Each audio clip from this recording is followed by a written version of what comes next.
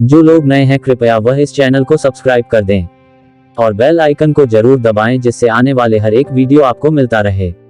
एक लड़की थी, बहुत ही खूबसूरत। जितनी वह सुंदर थी उतनी ही ईमानदार। न किसी से झूठ बोलना, न किसी से फालतू की बातें करना, बस अपने काम से काम रखना। उसी क्लास में एक लड़का था, वह मन ही मन उससे बहुत प्यार करता था। लड़का अक्सर उसके छोटे मोटे काम कर दिया करता था। बदले में जब लड़की मुस्कुराकर थैंक यू कहती थी तो लड़के की खुशी की सीमा नहीं रहती थी। एक बार की बात है, दोनों लोग साथ साथ घर जा रहे थे, तभी जोरदार बारिश होने लगी। दोनों को एक पेड़ के नीचे रुकना पड़ा। पेड़ बहुत छोटा था, बारिश की बूंदें छन छन कर उससे नीचे आ रही थीं। ऐसे में बारिश से बचने के लिए दोनों एक दूसरे के बेहद करीब आ गए। लड़की को इतने करीब पाकर लड़का अपने जज्बातों पर काबू न रख सका, उसके लड़की को प्रपोज कर दिया। लड़की भी मन ही मन उसको चाहती थी, इसलिए वह भी राजी हो गई और इस तरह दोनों का प्यार परवान चढ़ने लगा। एक बार की बात है, लड़की उसी पेड़ ने नीचे लड़के का इंतजार कर रही थी। लड़का बहुत देर से आया, उसे देखकर लड़की नाराजगी से बोली, तुम इतनी देर से क्यों आए? मेरी तो जान ही निकल गई थी। ये सुनकर लड़का बोला, जाने मन, मैं तुमसे दूर कहाँ गया था, मैं तो तुम्हारे दिल में ही रहता हूँ। तुम्हें यकीन न हो तो अपने दिल से पूछ लो। लड़के की इस प्यारी सी बात को सुनकर लड़की अपना सारा गुस्सा भूल गई और वह दौड़कर लड़के से लिपट गई। एक दिन दोनों लोग उसी पेड़ के नीचे बैठे बातें कर रहे थे। लड़की पेड़ के सहारे बैठी थी और लड़का उसकी गोद में सर रख कर लेटा हुआ था। तभी लड़की बोली, जानू, अब तुम्हारी जुदाई मुझसे बर्दाश्त नहीं होती।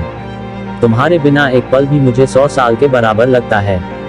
तुम मुझसे शादी कर लो, नहीं तो मैं मर जाऊंगी। लड़के ने झट से लड़की के मुंह पर अपना हाथ रख दिया और बोला, मेरी जान, ऐसी बात मत किया करो। अगर तुम्हें कुछ हो गया तो मैं कैसे जिंदा रहूंगा? फिर वह कुछ सोचता हुआ बोला, तुम चिंता मत करो, मैं जल्द ही अपने घर वालों से बात करूंगा। धीरे धीरे काफी समय बीत गया।